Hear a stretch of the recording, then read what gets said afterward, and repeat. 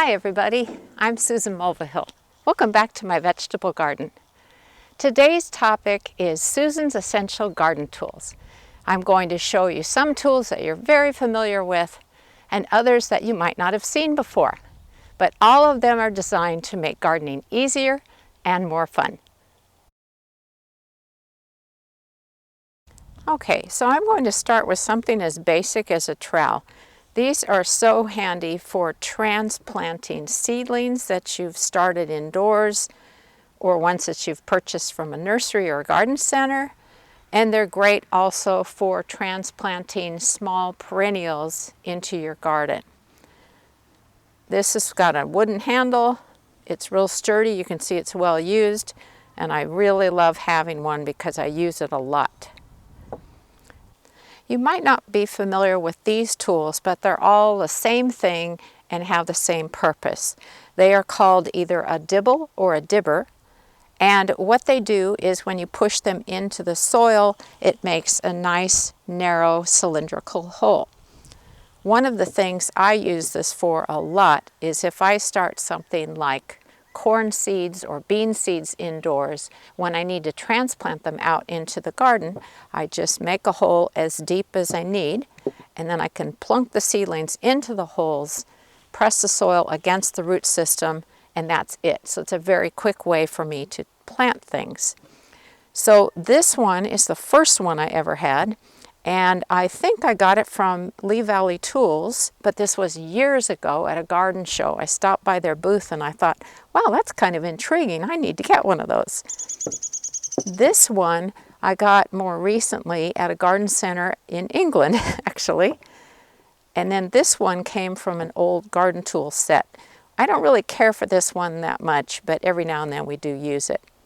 But if you need to find something like this, if you've decided, oh, I must have one of those, just do a web search on dibble or dibber, and you should be able to find some. You're probably looking at this screwdriver and thinking, are you nuts? That's not a garden tool. Oh, yes, it is in my book. So this is just a slot screwdriver. We all have them around, right? Well, this is an invaluable garden tool. That's because when I need to transplant seedlings, either moving them up to a larger container or transplanting them out into the garden, it's always a little tricky to get them out of their container. And it's so important that I don't grab the plant by its stem, because that can crush the cells in the stem, making it very difficult for the plant to move moisture and nutrients throughout the different areas of the plant. Because of this, I need some kind of a tool to carefully get them out of their containers. So here's a container, right? What I do is I slip it into the outer part of the root system and I gently lift it up from the bottom. And then I can hold on to the plant and put it into a new pot or into the garden. So yes, this is a very valuable tool. And it's an important lesson because we do not want to grab plants by their stems because that can actually kill them. You are looking at my favorite weeding tools. Both of these are called the Cobra Head Weeder. There's the regular size and a smaller size. This tool is so nice because it is very easy to get down into the soil, get under the roots of weeds, and to get them out of your garden. I love this tool. It's not terribly heavy. It's very easy to use. And I use it in all different kinds of situations. So you definitely want to look into this because the Cobra Head is awesome. Let's talk about hand pruners. This is a bypass pruner and this is an anvil pruner. I recommend that you only buy bypass pruners. That's because they make a cleaner cut because of the way the blades move. With the anvil pruner, which we don't even use this at all, but I hang on to it as a bad example of a tool, it crushes the plant basically. So if you're trying to make some good pruning cuts on a shrub, let's say, you are destroying the plant tissue right where you're making a cut. Whereas with the bypass pruner, it is making a clean cut. It's not damaging the plants at all. Now there are all sorts of great brands of bypass pruners. These are Corona tools. I really like them. And there are ones that are ratcheting. It requires less hand strength to make the cut because you kind of make the motion of cutting a couple times and it keeps cinching down on the branch or whatever it is that you're trying to prune, and it makes it much easier for you to make a cut without needing a lot of hand strength. So yes, bypass, no on the anvils. While we're talking about hand pruners, I wanted to mention two other types of pruners. These generally are called either pruning snips or pruning shears. And what I like about them is, first of all, they're very small, easy to hold, easy to use. And the other thing is that it's perfect for small diameter things, like the stems of perennials, for example. Great for deadheading. But you would not want to use these on larger diameter stems, such as on woody types of shrubs or trees. This one is from Fiskars. I use it a lot. And this one is from Dram. Dram makes awesome tools. And they make really cool colors, which for one thing is fun, but the other thing is if you drop them on your lawn, let's say, you certainly will not lose those. But I definitely recommend some type of a pruning snips because they really are handy. They're also great for cutting flowers to bring indoors. These are called head shears. These are ones made by Oxo. We got them ages ago. And as the name implies, you're going to use them for pruning some type of a hedge. This is an arborvitae plant, and they make a really nice cut. These have stayed really nice and sharp. We also have some yew shrubs, and I use them to shape them up as well. The other thing I like to use them for is cutting back ornamental grasses, especially after a long winter. So it's a great way to clean up the plant because they don't have super thick stems. These will cut through very easily. Come on, come on.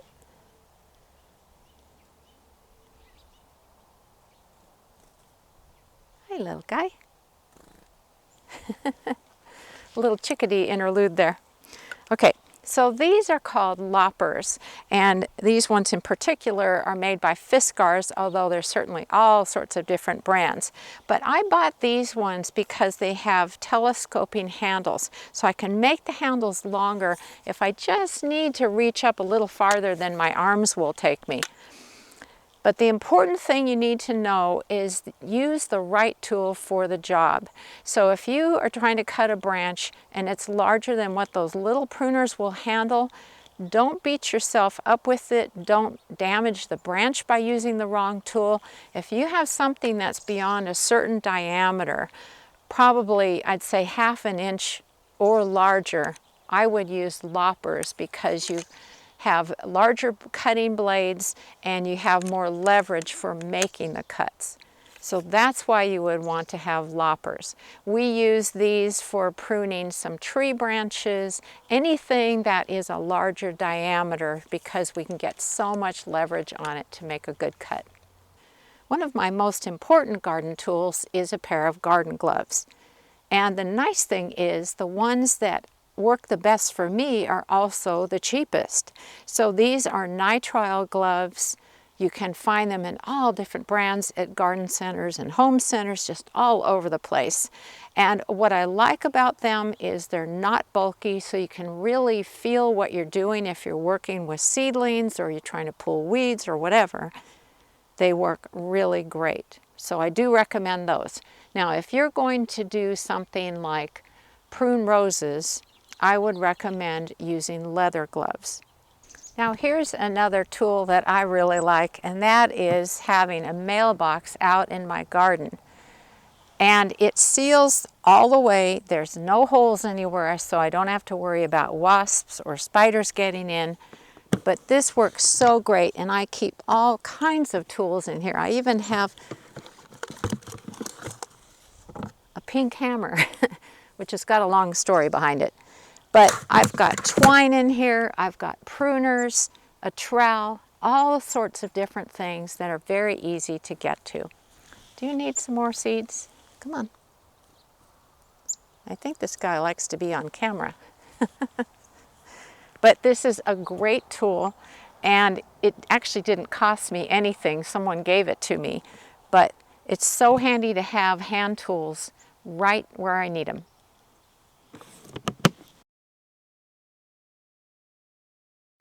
Let's talk about long-handled garden tools. You know, shovels are one of those invaluable tools that you can use for a lot of things. But the main thing would be to dig large holes so that you can plant something like a tree, a shrub, maybe a rose that's in a real large pot. And that's what you'd want to have it on hand for. I did want to clarify that I do not use it to turn the soil over in my vegetable garden beds. And that's because the soil has a structure in it where the different types of microorganisms live. And those microorganisms are what is benefiting our plants so that they grow well. So instead, what I use is a spading fork, also known as a garden fork. And it's a nice size for me. And what I do is I just push it down into the soil just a couple of inches, wiggle it a little bit, pull it out, move it a few inches away, and do the same thing. And that is if I need to prepare a seed bed for planting some type of vegetable seeds. But you really don't want to damage your soil structure by turning it all over or using a rototiller. Another important tool to have on hand is a rake. So this would be a leaf rake. It's pretty lightweight. This is great for pulling out leaves and old foliage from a perennial bed, raking leaves on your lawn. And then here is an iron rake. They have really sturdy tines, and this is for moving something that's heavier. Now, one thing I didn't think to mention is that these spading forks work really well for turning your compost pile. When we're gardening, we always need to get things from point A to point B, right?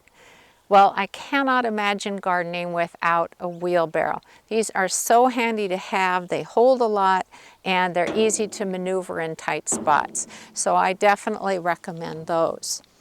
But another thing that I like for holding plant debris or harvests or whatever is something called tub trugs. That is a brand name. They're very easy to find online and in garden centers and home centers.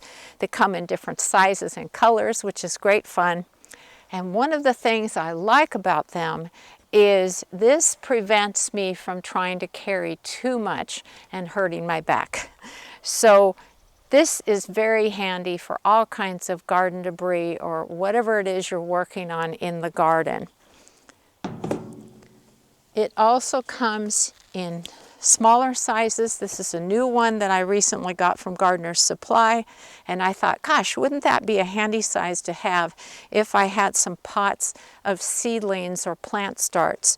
So that's why I picked up this one. Plus it's purple. I mean, need I say more? But the other thing that they make in the same tub trugs line is this strainer. So you can pick things from your garden, put them under a faucet, rinse the soil off, and take it indoors. And then one last thing I wanted to show you is a garden harvest basket. So this is something that is getting to be hard to find, but there are a lot of different styles available these days. And so if you do a web search on harvest basket, you'll find something similar. This one seems to be just about impossible to find, but there are a lot of similar ones, and this is very handy for the same reason. You can pick things for dinner, let's say, put this under a faucet, hose off what you're going to take indoors, and then you're all set. So these are very handy, and it's a nice size. There's one thing I didn't want to forget to tell you. If your budget is tight, and isn't it with all of us, you can always find great deals on garden tools at yard sales and moving sales because people don't want to lug all that stuff along with them. So try that. Sometimes you can find garden tools at thrift stores. You just never know where you're going to come across something, but a lot of times you can find a great deal. What about hand watering tools? Well, you're looking at two of my favorites, and they just happen to be made by the same company. So this is Dram, and Dram tools are very easy to find at home centers, garden centers, and hardware stores. They come in cool colors, as you can see. Here's the purple again. And so this hand watering tool is great because it has all different types of settings, from a very fine mist to a stream to a strong jet of water. And this is great for watering all kinds of plants. The other thing I like about them is that this is how you turn on and off this hand watering nozzle. That is so easy. So this long one is a watering wand, and they do come longer than this.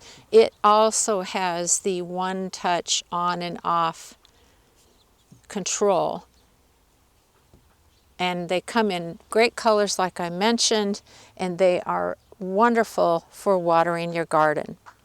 How about a watering can? And yes, this is also made from Dram, and you are not going to lose that in your garden. Or you can go with the more conventional type of a watering can. But these are very handy to have.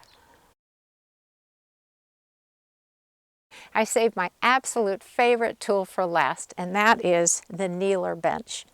You know, if you think about gardening, what happens is you're getting up and down and up and down and up and down, and boy, by the end of the day, I would just be hurting like crazy, especially in my hips. So I found these garden kneelers, and they are the most incredible idea. So you can use these handles to push yourself up from kneeling and lower yourself back down onto it. It's very easy to work from it, and it works great. But guess what? When you flip it over, it becomes a bench. So let's say you have to do something that's a bit tedious. Maybe you're deadheading, maybe you're picking berries, doing a little bit of pruning, but you're just in this one spot. Well, this is a very comfy, safe bench to work from, and it's amazing. So it's such a simple tool, but it has been a game changer for me. I got this one at Gardener's Supply. You can find kneeler benches all over the place, different colors, different designs, but you definitely want to try this because it makes all the difference. Thanks so much for watching today, everybody. I apologize for the video being a little bit on the long side, but I did want to show you all these great tools. I'll see you next week. And before I go, this is just a friendly reminder that I have a brand new book coming out, the Vegetable Garden Pest Handbook. I wrote it for all levels of gardeners, from beginners to master gardeners. This will help you identify both the good bugs and the bad bugs in your garden, and provide you with all sorts of methods for dealing with the bad ones using effective organic controls. This is going to be such a great resource for all gardeners. If you pre-order it now, you will receive special bonus content that is not in the book and can't be found elsewhere. It contains my best tips for growing your favorite veggies, and some you might not have thought of. All you have to do is order it from your bookstore or preferred online source and email me your order confirmation. My email address is susan@susansinthegarden.com. Then I'll send you a link to the bonus content. This is a great deal, and thank you.